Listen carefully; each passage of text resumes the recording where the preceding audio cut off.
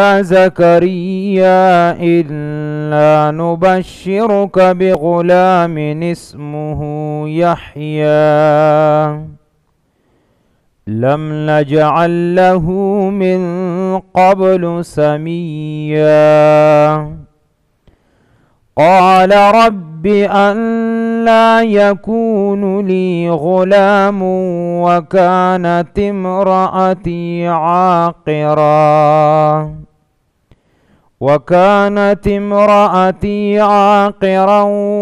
وقد بلغت من الكبر عتيا قال كذلك قال ربك هو علي هين وقد خلقتك من قبل ولم تك شيئا قال رب اجعل لي آية قال آيتك ألا تكلم الناس 3 ليال سويا فخرج على قومه من المحراب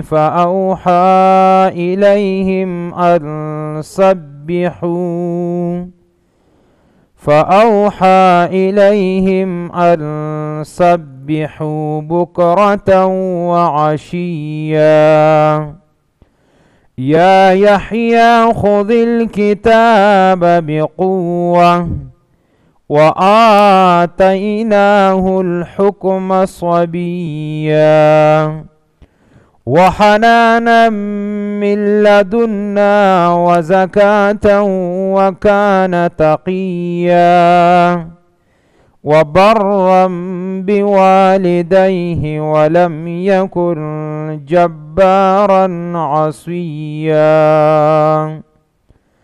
وسلام عليه يوم ولد ويوم يموت ويوم يبعث حيا. شپاړسمه پارا سورة مریم وم نمبر آیت تے واقعات د ذکریہ علیہ السلام اغا شروع مخی ذکر شو چې ذکریہ علیہ السلام دا الله رب العالمین نا دعا غختی و د زوی په باره کې او په دعا کې الله رب العالمین ته ډیره زیاته عاجزی پیش کړې و چې یا الله هډوکي زما ډیر کمزوري شوي دي واشتعل الرأس شیبا د بوډاوالي د وجې نه مې ویښته ټول تک سپین شوي دي خو یا الله سره د دینم ولم اکم بدعائک رب شقیه سره د دینم زه ستا په دعا سره محرومه نه یم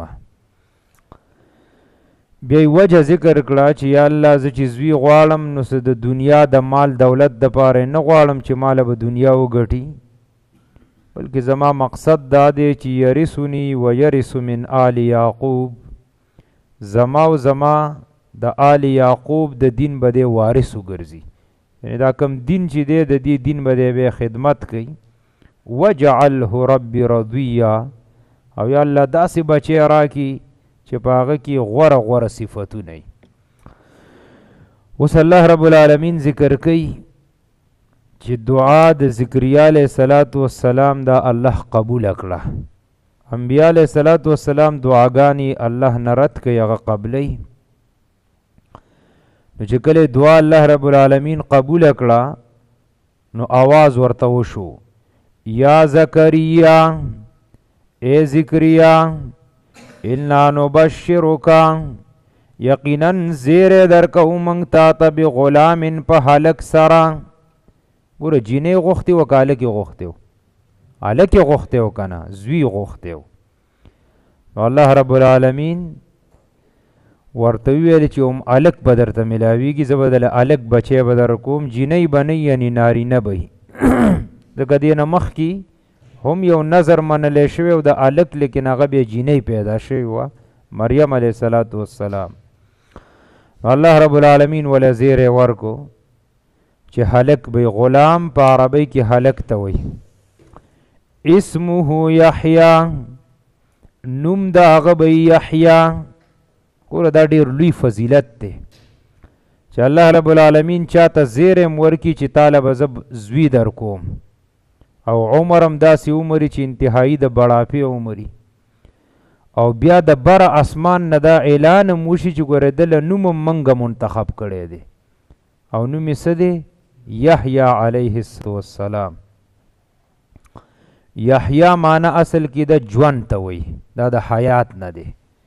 نو دلم الله رب العالمین دا نوم ځکه ورکړی دی یحیی چې د ده په ذریعه باندې به دین را ژوندی کېږي، او یقینا چې دو ډېر لوی خدمت کړی، اوچت نبی تیر شوی دی. امام سیوطی رحمت الله علیه یو کتاب دی الاتقان فی علوم القرآن، 2 جلد کې دی د قرآن کریم په علومو باندې لیکلی دی.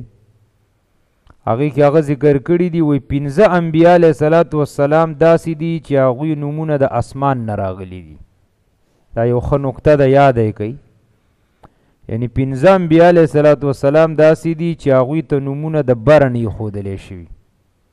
نو یو خو پکې دا دی یحیی علیه الصلاة والسلام، یو دی اسماعیل علیه السلام، دریم دی اسحاق علیه السلام چې دا د درورو، څلورم د عیسی علیه السلام، او پنځم د محمد رسول الله صلی الله علیه وسلم.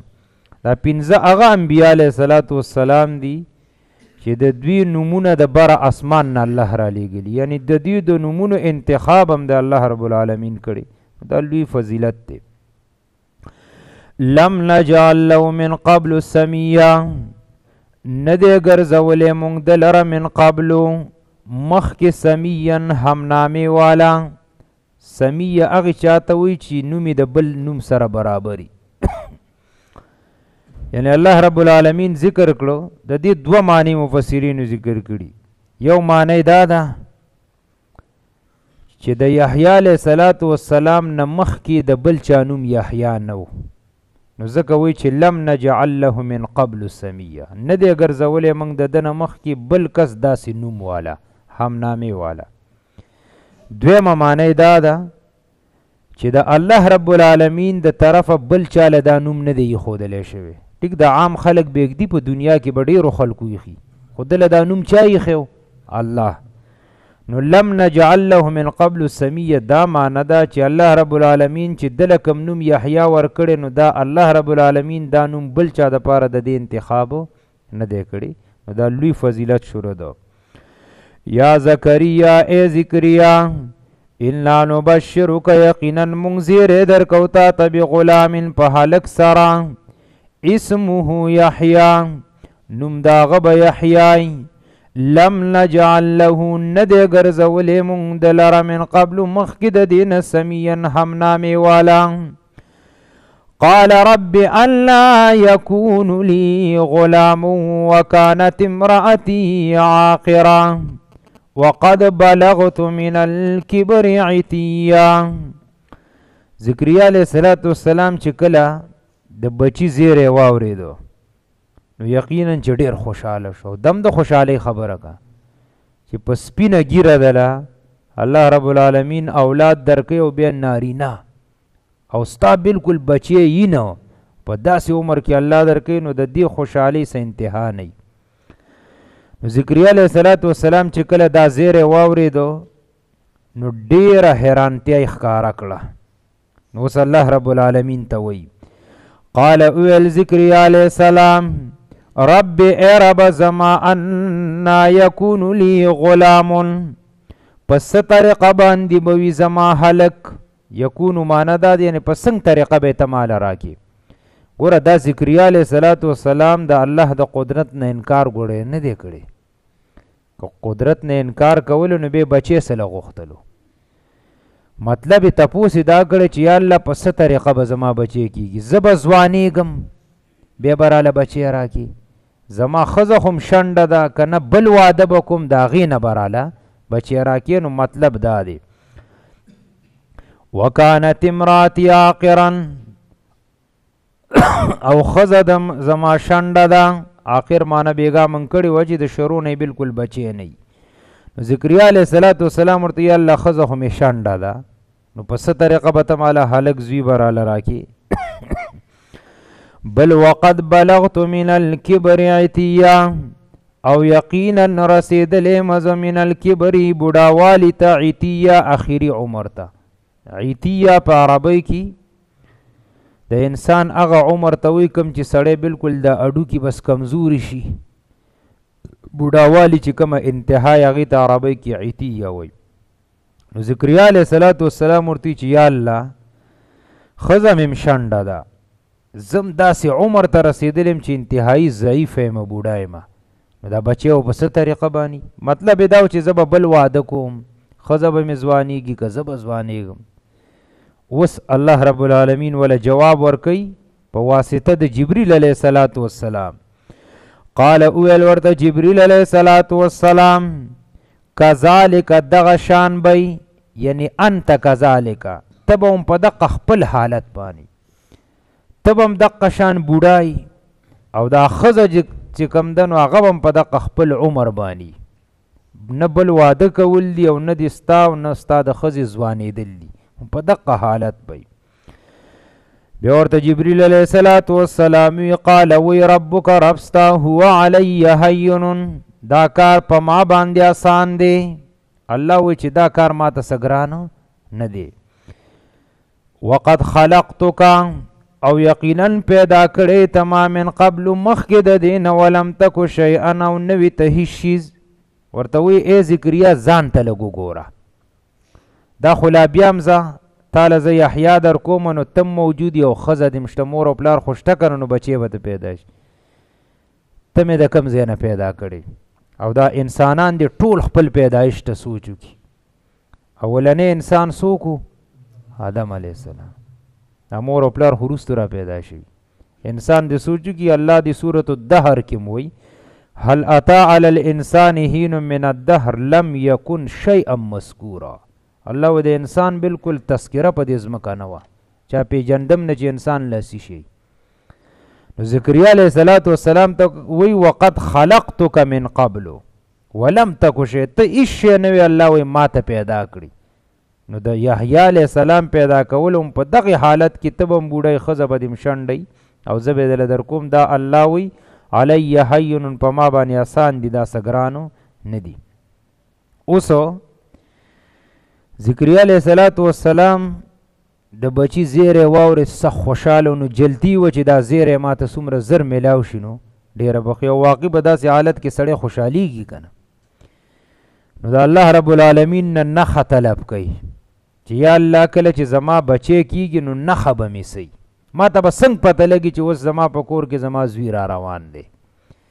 الله رب العالمین وله نښه ورکوي. قال اویل ذکریا علیه السلام رب ای رب زما اجعل لی آیا، وګرځوه زما د پاره آیتا نښه، یعنی یو نښه ما ته وښایه چې هغه نښه ښکاره شي نو ما ته به پته ولګي چې اوس به زما بچی پیدا کیږي. الله رب العالمین ورته نښه ښیي.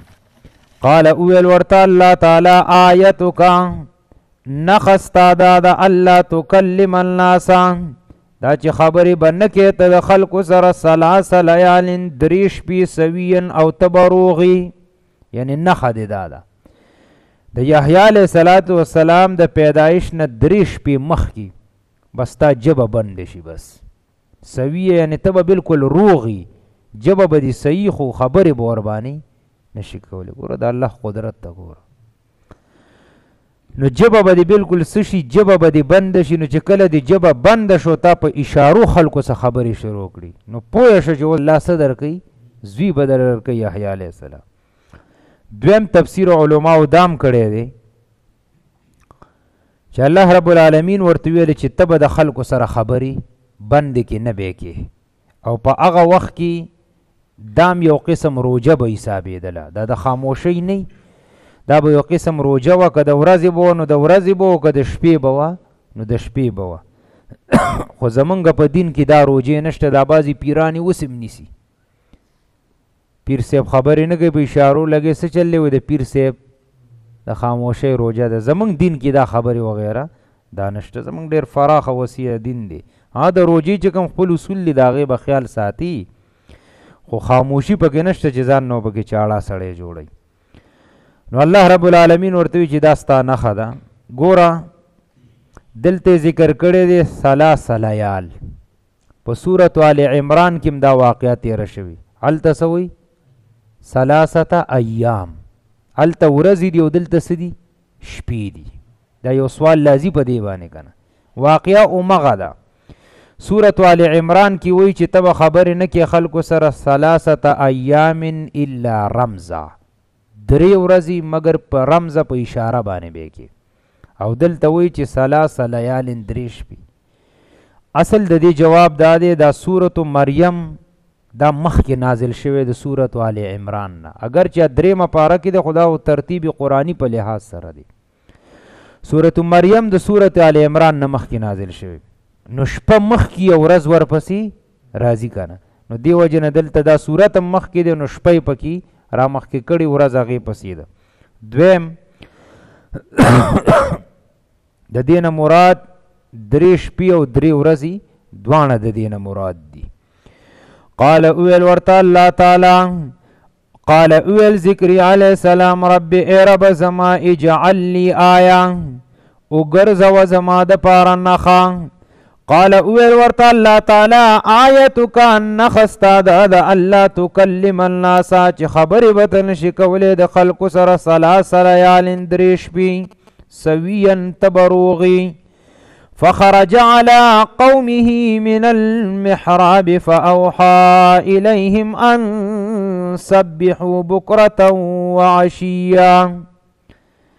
کله چې ورځې را نږدې شوې، بد 3 ورځې یا 3 شپې دا پاتې دي. ذکریا علیه السلام جبه بنده شوه. الله ورته ویلي چې جبه دې بندېږي. جبه بنده شوه، خبرې نشوې کولی. خو نبی چې کمی هغه د الله د دین د دعوت سره دومره بلدي چې بغیر د دعوته په هغه ټیم نه تیریږي. او دا د حق پرستو نښه ده. کم سړی چې په دین ډیر مینې او د قرآن او سنت دعوت ډیر ورکوي، نو هغه له بغیر د دې نه څه خوند مزه نو که بیمار وي نو هغه بیماري په صحیح نه تیریږي. یاره وایي سبقونه رانه قضا شو. نو ذکریا علیه السلام په داسې حالت کې هم ګوره دعوت چلولی دی. جبه بنده ده، په داسې حالت کې مراوتی دی. سورة آل عمران کې تیر شوي، دلته خو فاوحا وی، خو دلته به هم د وحی معنی منګه کو په اشارې سره. اول ته رمزه ټکی تیر شوی، په اشاره سره خلکو څه خبرې کړي. فخرج على قومه، نو راووته دی په قوم خپل باندې من المحراب د عبادت خانې نه. ګوره محراب به هر هغه ځای ته ویو د بنی اسرائیلو په زمانه کې چې دا به د یو نبی دپاره عبادت خانه وه، یا یو ولی به هغه به ځان عبادت خانه جوړه کړې او په هغې کې به څه کو بندګي به یې کوله. او سورة آل عمران کې تیر شوي چې دیم په مانځه باندې ولاړو. فنادته الملائکة وهو قائم یصلی فی المحراب. هلته تیر کړي چې د په دې خپل عبادت خانه کې د مونځ کو ولاړو. دا اوس چې د مساجدو کې دا کم محرابونه دي دا شاته چې زما دلی، نو دا محرابونه چې کم په مساجدو کې جوړ دي دا د نبی علیه السلام په زمانه کې نو. الاسه کې د صحابه کرامو په دور کې هم دا محرابونه نه دي جوړ شوي. دا اصل کې د تابعینو په دور کې عمر بن عبدالعزیز رحمت الله علیه یو تابعی تیر شوی دی، دا هغه دا کار کړی دی. نو دې ته سړی ناروا او بدعت ورته نشي ویلی چې دا ناروا کار دی. دې ته اصل کې علما وایي بدعت فی الوسایل ورته وایي. د دې فایده دا را چې د دې په ذریعه باندې یو خو قبله معلومیږي، دویم د سپونو مینځ هم په معلومیږي. اوس دا محراب په داسې ځای باندې جوړي چې پته لګي چې دا د سب څه راځي مینځ، د مسجد پہچان په کېږي. خو که یو مسجد کې محراب نه و نو سړی به ورباندې رد بد نه وایي. کم جماعت کې محراب نشته؟ د مشر مولوي صاحب په جماعت کې محراب و، هغوی نه دی جوړ کړی، هلته محراب نشته دی. نو دا د رسول الله صلی الله علیه وسلم صحابو په زمانه کې دا نو. دا عمر بن عبدالعزیز تابعی دا کار کړی، خو ناروا ورته موږ نه وایو چې ناروا کار شوی. د قبلې پہچان په کېږي او د سپونو مینس په معلومیږي. څنګه چې مناره په مسجد کې جوړیږي د جومات د پہچان دپاره، خو د دې نه مراد دا محراب نه دی دا کوم چې جوماتونو کې دا دلته چې ذکر دی، دې نه مراد اصل کې عبادت خانه وه، هغې کې به د عبادت او بندګي کو. نو د دغې خپل عبادت خانې نه دی راووتو، نو اوس دعوت چلی، جبه خو بنده ده. فاوحا الیهم، نو اشاره وکړله دوی طرف ته. دلته د وحی معنی څه د اشاره کول، په اشاره سره خلکو څه خبرې کولې. سی ورته ویلي ان سبحو، دا چې تسبیح وایي بکرتن سبایی ټیم کې، واشین او بیګای ټیم کې. بکرا اصل کې په عربی کې د سحر د اول ابتدا چې کوم ټیمې دی ته وایي، او عشیه څنګه چې شپه شروع کېږي دغې ته وایي. ذکریا علیه صلات وسلام خپل قوم ته ګوره په اشاره سره دعوت ورکوي، ورته وایي چې تاسو تسبیح د الله ډېره وایي، سبحان الله الحمدلله. د سحر چې کله ورځ شروع کېږي دغه وخت کې م وایي، او چې کله شپه شروع کېږي په دغه وخت کې م وایي. دا دوه وختونه ډېر قیمتي دي، سبایی او بیګایی چې ورته وایي، بکرتن سبایی و عشین او بیګایی. ګوره دا ورته ځکه ویلي چې ذکریا علیه صلات وسلام ورته وي چې الله په ما ډېر لوی احسان او نعمت کوي، زوی راله راکوي. نو تاسو هم زما امت نو تاسو هم د الله تسبیح او حمد په دې خوشحالۍ کې ووایو. فخرج علی قومه، نو راووتلو دی په قوم خپل باندې، من المحراب د عبادت خانې نه. فاوحا الیهم، نو اشاره یې وکړه دوی طرف ته. بعضې مفسرینو دام لیکلي وی اشارې معنی دا کړې ده، وی لیکلې ورته وکړه، دا خبرې ورته په کاغذ ولیکلې، هر سړی په اشاره نه پوهېده. ان سبحو، دا چې تسبیح وایي بکرتن سبایی واشین او بیګایی. یا یحیی خذ الکتاب بقوه وآتیناه الحکم صبیا. دلته خو اختصار دی، ځکه ما ورته مخکې ویلو قرآن کریم په قیسو کې تفصیل نه ذکر کوي، مقصودي خبره راخلي. ذکریا علیه صلات وسلام له الله به دا زوی ورکه، یحیی علیه السلام دی پیدا شو، دی راغټ شو، زلمی شو، خو لا بلوغت ته نه ورسېدلی. نو هغه حالت اوس الله ذکر کوي. اوس دی آیاتونو کې خطاب دی یحیی علیه السلام ته، دی به پیدا شو، سناسه راغټ شو.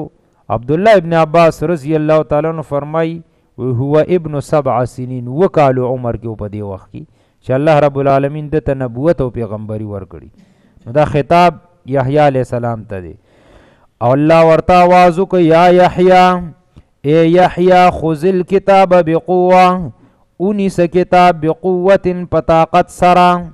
کتاب نه مراد دلته تورات دی، هغه کتاب چې الله موسی علیه السلام ته ورکړو، دا د ټول بني اسرائیلو دپاره بیا کتاب و، د مستقل خپل څه کتاب نشته، دغه ته مراد دی. بقوت په کلکه سره ونیسه، په قوت او طاقت سره. قوت رات د نیولو نه دا دی، یعنی دې باندې عمل خپل هم وکړو، خلکو ته هم بیان کا، د دې دا مطلب دی. دویم دام ادب دی د الله د کتاب، چې کله سړی کتاب رالی نو مضبوط به لاسو کې نیسي چې د نه چرته غزار در نشي، ادب به کې.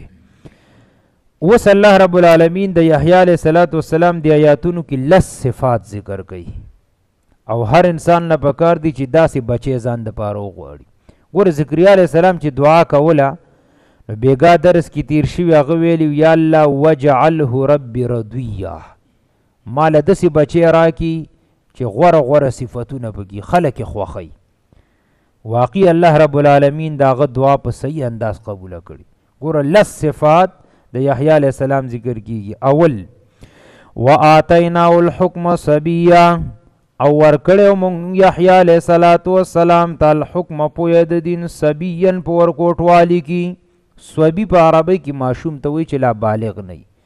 دا دلیل دی په دې خبره باندې چې یحیی علیه صلات وسلام ته نبوت الله رب العالمین په ماشوموالي کې ورکړی دی. لکه څنګه چې یوسف علیه صلات وسلام ته تقریبا د 35 کالو په عمر کې عبدالله ابن عباس هغه ته نبوت ملاو شوی. ضرور نه ده چې هر نبی د 40 کالو ته رسي او هغه ته دی نبوت ملاویږي، اگر چې رسول الله صلی الله علیه وسلم ته 40 کالو په عمر کې ملاو شوی. خود دته الله وایي چې صبیه، دته ما حکم نه مراد نبوت پیغمبري پویه د دین ده. وآتیناه الحکم، ورکړیو مونږ دته پویه د دین، صبیا په ورکوټوالي کې. دویم صفت وحنانا، او د ترس کوونکي من لدنا، زمونږ د طرف نه په خلکو باندې، الله وی ما د کې دا ډېر ښایسته صفت ایښی و چې په مخلوق باندې به د ترس کو. حنان په عربی کې ترس کولو تم وی، شفقت تم وی، محبت تم وی، نرمی کولو تم وی. الله وی یحیی علیه السلام کې دا ډېر اوچت صفت منګ پکې ایښی و. الله وی دا د خپل څه کسب نه و، سو چې دی حنان و. حنان معنی څه؟ په خلکو باندې به ترس کو، په مخلوق په چا به ظلم زیاتی نه کو. و زکاتن او پاکوالی هم ورته ورکړی، نفس د ډېر زیات پاکو. دی وجې نه د په صفاتو کې راځي چې یحیی علیه السلام واده نه دی کړی. داسې نفس پاک الله رب العالمین پیدا کړو. خو دا د سنتو واده نه کول. زمونږ په دین کې سنت دا دی چې سړی به واده کوي، 1 2 3 4 پورې ښځې سړی په یو نکاح کې ساتلی شي. 4 وکانه تقیا او د تقوادار. ګوره دا نه چې صرف په ده کې تقوا او په نور انبیا علیه السلام کې نه و، نه دا خو اوچت صفت دی د تقوا، دا خو په ټول انبیا علیه السلام کې موجود و. لیکن په هغه زمانه کې دی ډېر متقي انسان و، او انبیا علیه السلام داسې تقواداري چې د شبهاتو نه هم ځان ساتي. 5 وبرم بوالدیه، او د احسان کوونکي او د مور او پلار سره د حقوق العبادو به ډېر زیاتو خیال ساتو. ګوره قرآن کریم کې الله رب العالمین خپل حق چې ذکر کوي نو بیا ورپسې څه وایي؟ وبالوالدین احسانا. نو یحیی علیه السلام هم د مور سره ډېر، د مور او پلار ډېر زیات قدر او احترام وکړه. وبرم بوالدیه، احسان کوونکي او د مور او پلار سره. بر دې ته وایي چې اولاد به د مور او پلار خدمت کوي. مور او پلار پیسو ته خرچې ته ضرورت شي هغه به وله ورکوي، پیسې به ورباندې لګوي. د مور او پلار هر هغه خبره چې د دین خلاف نه هغه به مني. دې ته وبرم بوالدی وي.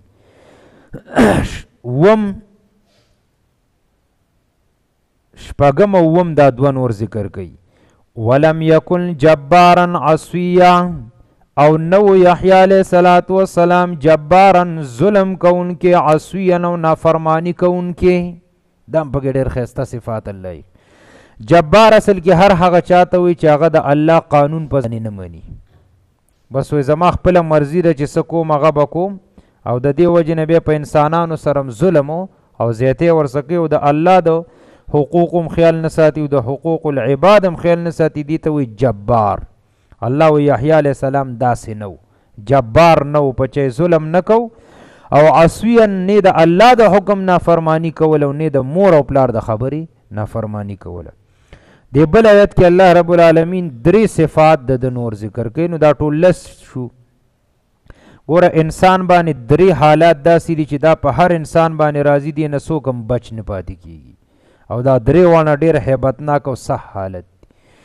یو چې کله سړی پیدا کېږي د ولادت حالت، په دغه وخت کې خاص کر شیطان په انسان ډېر زور لګوي. حدیث کې راځي نبی علیه السلام وایي کم انسان چې پیدا کېږي نو شیطان په ده باندې چونډاره لګوي.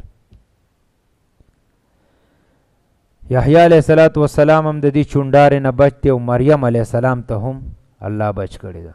که خیال هم کړی کله چې ماشوم پیدا شي نو دا ماشوم چې څنګه پیدا شي دا یو اواز چغه وایي، چغه وخي. دا دغه وخت کې شیطان په ده باندې چونډاره ولګوي هر ماشوم چې پیدا کېږي. او د رسول الله صلی الله علیه وسلم په باره کې راځي چې هم الله د دې نه محفوظ ساتلی. باقي هر ماشوم چې پیدا کېږي که جینۍ کاله کې شیطان دغه څنګه چې پیدا شي دې وخت کې په ده باندې څه ولګوي؟ چونډاره په ولګوي. نو دام صح حالتي. دویم حالت دی چې کله انسان سجونی تیر کی بیا د دې ورځې دا سترګې پټې شي مرګ ورباندې راځي، نو حالت د ځنکدن هم ډېر زیاتو سخت دی. دریم حالت دی چې یوم یبعث حیا، دا انسان به الله بیا دوباره را ژوندی کوي، نو هغه هم ډېر صح حالت دی. قرآن د قیامت د ورځې احوال ذکر کړي. الله وایي دې 3 واړه حالتونو کې وسلام علی، یحیی علیه السلام باندې ما سلامتی راوستی. که وخت د پیدایش دی د شیطان د وسوسو د چونډارې نه مې بچ کړی، الله داسې سلامتیا ورکړي. او که وخت د مرګ و نو هم الله رب العالمین د مصائبو نه د وسوسو د شیطان نه بچ کړی دی. او که دوباره را پورته کوي نو به د انبیا علیه السلام شان به ډېر زیات اوچتي. وسلام علیه سلامتیا د په د باندې یوم ولدا په کوم ورځ چې دی پیدا کړی شو و یوم یموتو په کوم ورځ چې مړ کړی شو و یوم یبعث حیا په کوم ورځ چې به دوباره را ژوندی کړی شي. یا زکریا ای زکریا انا نبشرک یقینا موږ زیری درکو تا ته بغلام په هلک سره اسمه یحیی چې نوم د هغه به یحیی لم نجعل له من قبل سمیا نه دی ګرځولی موږ د لره مخکې د دې نه همنامه.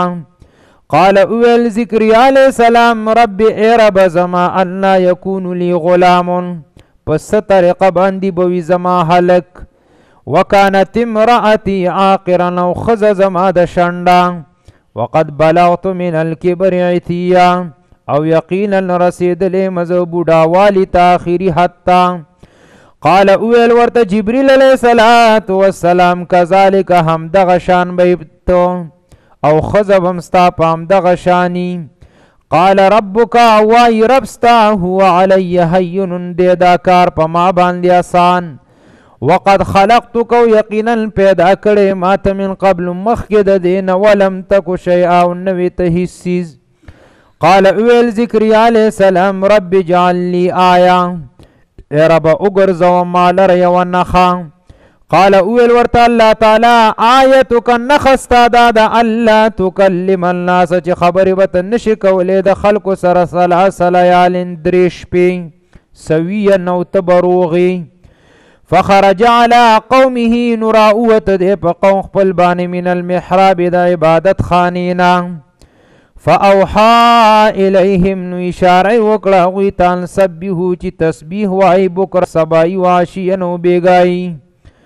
یا یحیی خذ الکتاب والله وی آواز ورکه مونږه ای یحیی اونیسه کتاب بقوت په طاقت سره وآتیناه الحکم صبیا ورکړو مونږ پویه د دین یحیی علیه السلام ته صبیا په ورکوټ والی کی وحنانا او ترس کوونکي او په خلکو باندې شفقت کوونکي او په خلکو باندې مینه لرونکي او د خلکو سره من لدنا طرفه زمونږ نه وزکاتا او پاکواله ورته ورکړو وکانه تقیا او د تقوادار وبرم بوالديه او احسان کوونکي او د مور او پلار سره ولم یکن جبارا او نو د ظلم کوونکي عاصیا نافرمانی کوونکي د الله او د مور او پلار.